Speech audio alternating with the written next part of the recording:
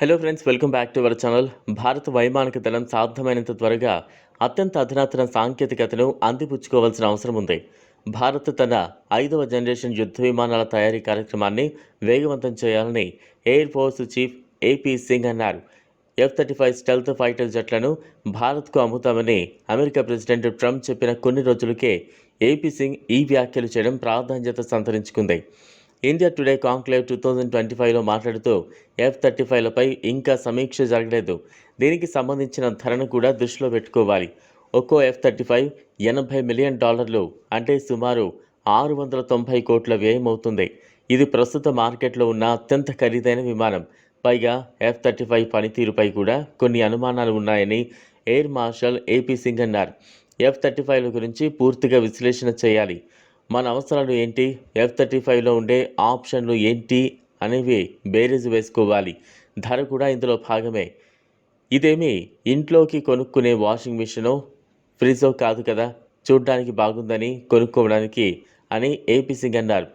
ఇంతవరకు అమెరికా అధికారికంగా F-35లను అమ్ముతామని చెప్పలేదు.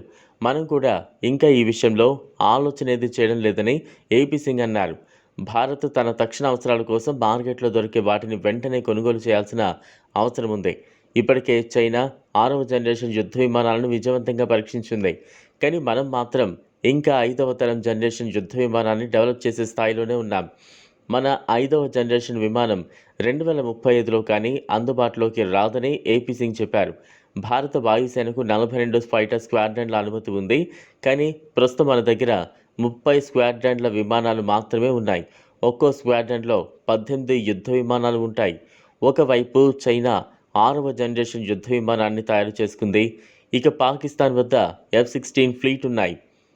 ఇటీవలే వీటి మెయింటెనెన్స్ కోసం పాకిస్తాన్కు అమెరికా నిధులు కూడా ఇచ్చింది. ఇలాంటి సమయంలో భారత్ వాయుసేన బలహీనంగా మారే అవకాశాలు ఉన్నాయి. కాబట్టి అధునాతన సాంకేతికత కలిగిన యుద్ధ విమానాలను సమకూర్చుకోవాల్సిన అవసరం ఉందని ఏపీ సింగ్ చెప్పారు. ఇదిలా ఉంటే భారతదేశ ఎన్నికల్ని ప్రభావితం చేయాలనే ఉద్దేశంతో $21 మిలియన్ గత అమెరికా ప్రభుత్వం కేటాయించిందని ఇటీవల అమెరికా అధ్యక్షుడు డొనాల్డ్ ట్రంప్ ఆరోపించారు. పై తీవ్ర విమర్శలు చేస్తోంది. కాంగ్రెస్, ఎకోసిస్టమ్, రాహుల్ గాంధీలు ఈ నిధుల్ని వాడుకున్నారని బీజేపీ ఆరోపిస్తోంది. ఈ నేపథ్యంలో తాజాగా ట్రంప్ ఆరోపణలపై కేంద్ర ప్రభుత్వం స్పందించింది. విదేశాంగ మంత్రిత్వ శాఖ ప్రతినిధి రణధీర్ జైస్వాల్ మాట్లాడుతూ ఈ ఆరోపణలు తీవ్ర ఆందోళనకరమైనవిగా అభివర్ణించారు. సంబంధిత అధికారులు వీటిని పరిశీలిస్తున్నట్లు చెప్పారు. అమెరికా కార్యకలాపాలు మరియు నిధులకు సంబంధించి అమెరికా పరిపాలన విడుదల చేసిన సమాచారాన్ని మేము చూసాం. ఇవి స్పష్టంగా చాలా బాధ కలిగించేవి. ఇది భారతదేశ అంతర్గత వ్యవహారాల్లో విదేశీ జోక్యం గురించి ఆందోళనకు దారితీసిందని చెప్పారు. ప్రభుత్వం ఈ విషయాన్ని చురుకుగా పరిశీలిస్తోందని, ఈ దశలో వివరణాత్మక బహిరంగ ప్రకటన చేయడం లేదని వెల్లడించారు. ఈ వీడియో మీకు నచ్చినట్లయితే లైక్ చేయండి, షేర్ చేయండి, ఛానల్ను సబ్స్క్రైబ్ చేసుకోండి. Thanks for watching.